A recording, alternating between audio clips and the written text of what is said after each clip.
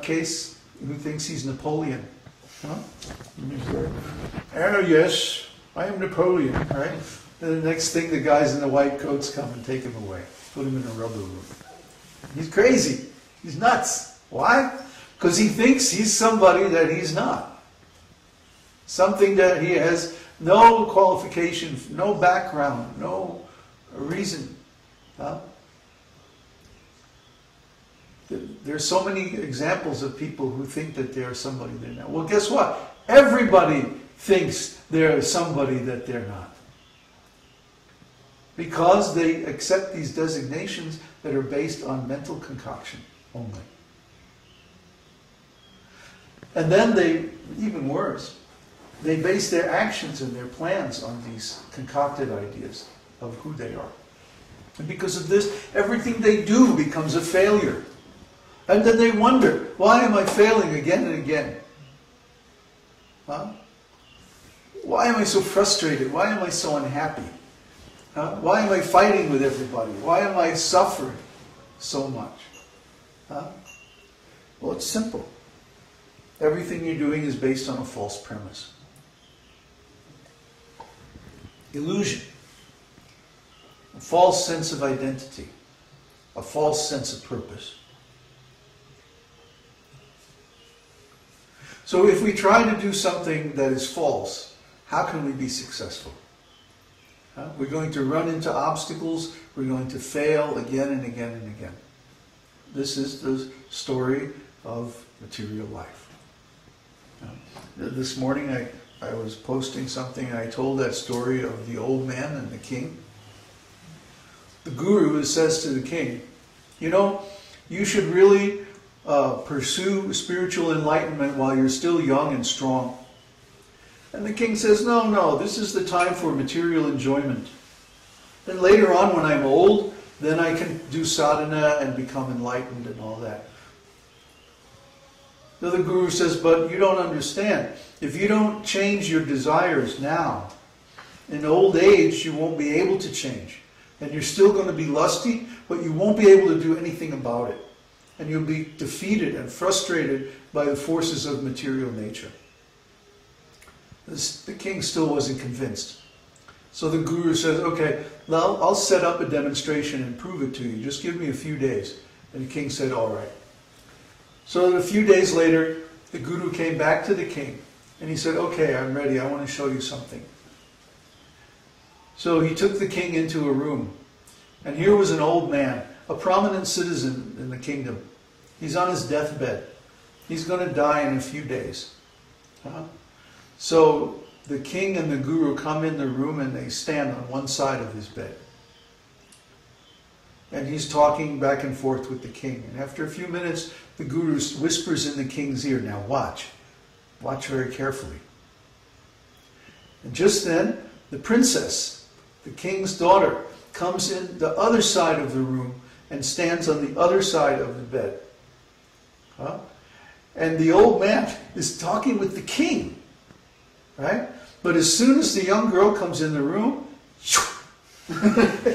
all his attention goes over there. He can't help himself. Why? Because he had not changed his desires from material to spiritual in this life, and therefore even at the end of life he still has a desire for material things, and he still has lust in his heart. Who is that? That famous preacher that fell down? Some famous Christian preacher fell down a few years back. It was during the Clinton administration. And he said, he confessed publicly, well, I have lust in my heart. See? One can be a big preacher, one can be a big sannyasi, one can be a big religious figure in the eyes of the world. But if he hasn't removed the seed of lust from his heart, then as soon as the objects of the senses present themselves, make an opportunity, he'll fall down. Prabhupada made the example one time that you can take a dog and put a crown on his head and dress him up in nice silk robes and put him on a golden throne, and everybody can bow down and worship him as the king. Huh? But then you throw a bone, and immediately,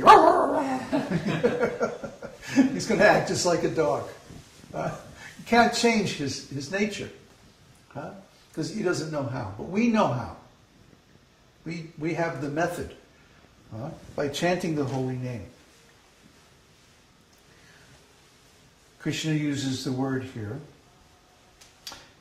Atman yevat mana tushtaha. Stita pragyas. Stita pragyas. He's situated in knowledge.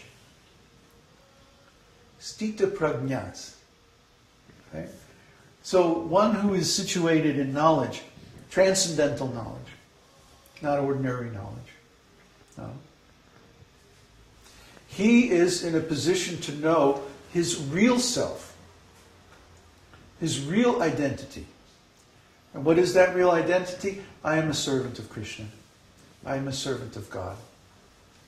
I'm not this body. I'm not this mind either. These are just temporary vehicles, tools for interfacing with the material world, the material elements. And what am I doing? Well, Krishna explains later on in Bhagavad-gita that the soul is riding on this machine made of material energy.